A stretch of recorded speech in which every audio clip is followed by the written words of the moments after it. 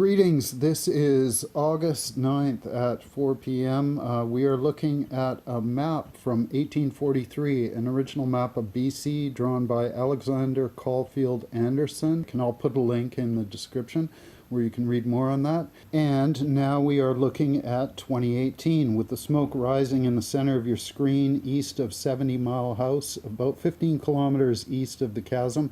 And over to the left-hand side, we see the fire that's northwest of Big Bar. And we see a small patch to the right of your screen that's about 1.5 kilometers east of Young Lake. Now we are looking at the NRC data. We can see infrared superimposed on a map. 70 Mile House is about center of the screen. We can see that fire that's developed to the east of the Chasm, and we see the infrared over on the left-hand side with Big Bar. And we also see the grayed out perimeter where the fire was to the east of Vedette. That was in May. And we see the patch that's just north to the east of Young Lake. We're looking at the 24-hour map from this afternoon, and if we reduce the time period to the last 12 hours, we can still see a lot of activity. So these are active wildfires. The progression appears to be north. It could be following those prevailing winds.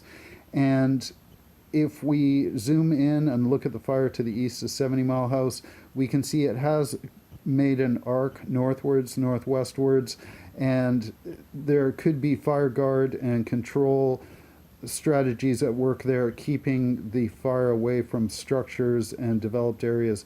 So there is some northern movement. If we look at the fire closer to Big Bar and northwest of Meadow Lake, it's more contained within the fire perimeter in this forested block, and a lot of fuel is burning within that fire perimeter, whereas the fire closer to 70 Mile House has moved definitely northward. And from the scale on the lower right portion of the map, I'm going to guesstimate about 5 kilometers from Green Lake Road. If we move further north, you can see there's a lot of fires around the Fraser Lake area to the top of the map. Then to the lower left, Antioco Park. And these appear to be pushing more eastwards on prevailing winds. And again, similar patterns for this region. If we pull back and look at the world view, the smoke tells a lot of the description. This is an early image from today. We were quite fortunate to get it, and it's showing smoke moving north and eastwards. Here's the fires in Washington, and that's causing a lot of the smoke in the Okanagan, and the fires in the Okanagan are then pushing their smoke over to Revelstoke in the Rockies. So from this imagery, it appears that Prince George is kind of in the thick of it as far as the smoke goes.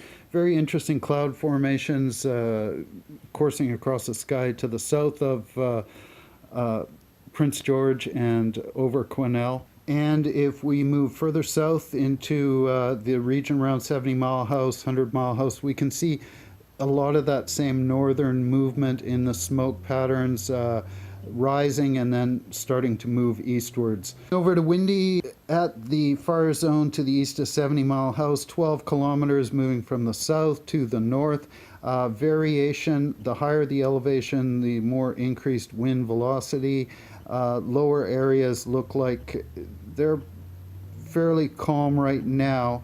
If we look at the forecast, there is gusts above 30 kilometers an hour, and tomorrow could be the same situation, not until Sunday, maybe a break with cooler overcast skies. I wanted to take a look at Drive BC's Sheridan cam. This is looking west towards 93 Mile House, and it's surprisingly clear, and they've also launched a new cam pointing eastwards. It looks like there might be more haze in the sky to the east. Great to have this new resource at our disposal, and there'll be a link in the description below. Now we've moved over to Highway 16, Highway 27, looking westwards. A lot of haze in the sky there. That's those fires around Fraser Lake and Antioco Park.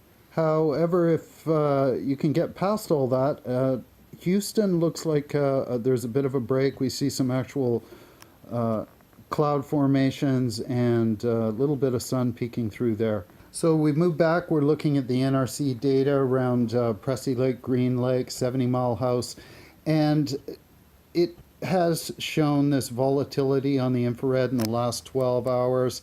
I'm going to keep watching it. If you're north of these fire zones, you want to be very aware. Have all your routes planned out ahead of time. Have your resources ready. And, keep an eye open and keep aware of the official alerts on the TNRD, the CRD websites. There'll be links below.